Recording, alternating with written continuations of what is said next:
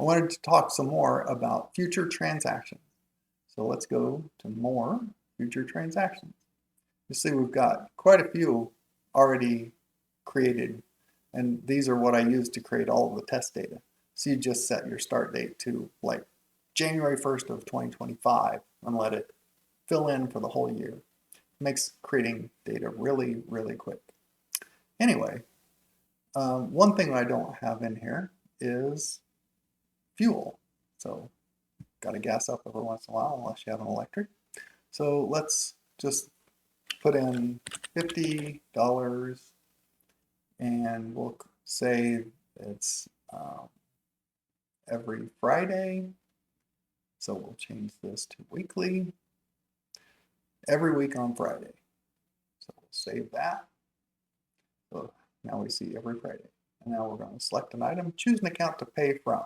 Well, we'll pay from our credit card, so we get points. And what are we doing? We're purchasing fuel. Description, gas station. You can fill this in when you actually get gas with Quick Trip or whatever, or you can just leave it at a gas station. It doesn't matter. Let's say 30 days in advance. So we'll go ahead and save. You see it's not up there at the top yet. We have to save it to the server, which will then reorder it, and then we'll see it there at the top.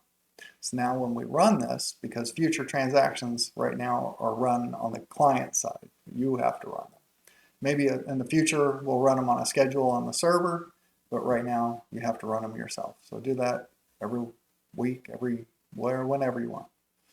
And you'll see that because we said we wanted 30 days in advance, and today is the January 14th is when I'm doing this, we'll see we've figured out that there's 1, 2, 3, 4, 5 Fridays before February 14th. So we're going to create those for you.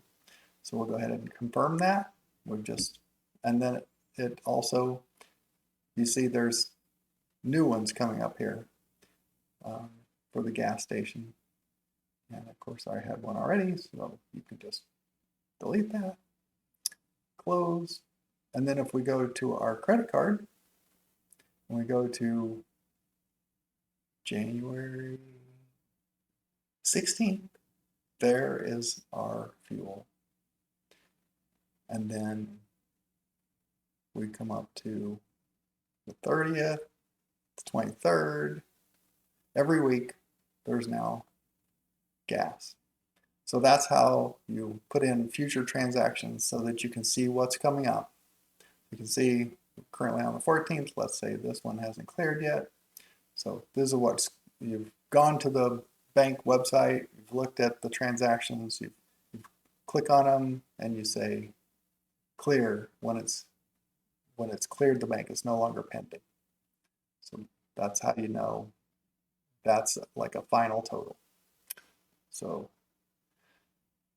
that's how future transactions work.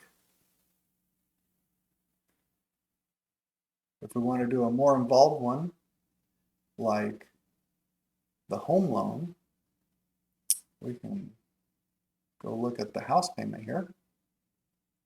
And we put in our full monthly payment here. We say it's a loan every month on the 1st.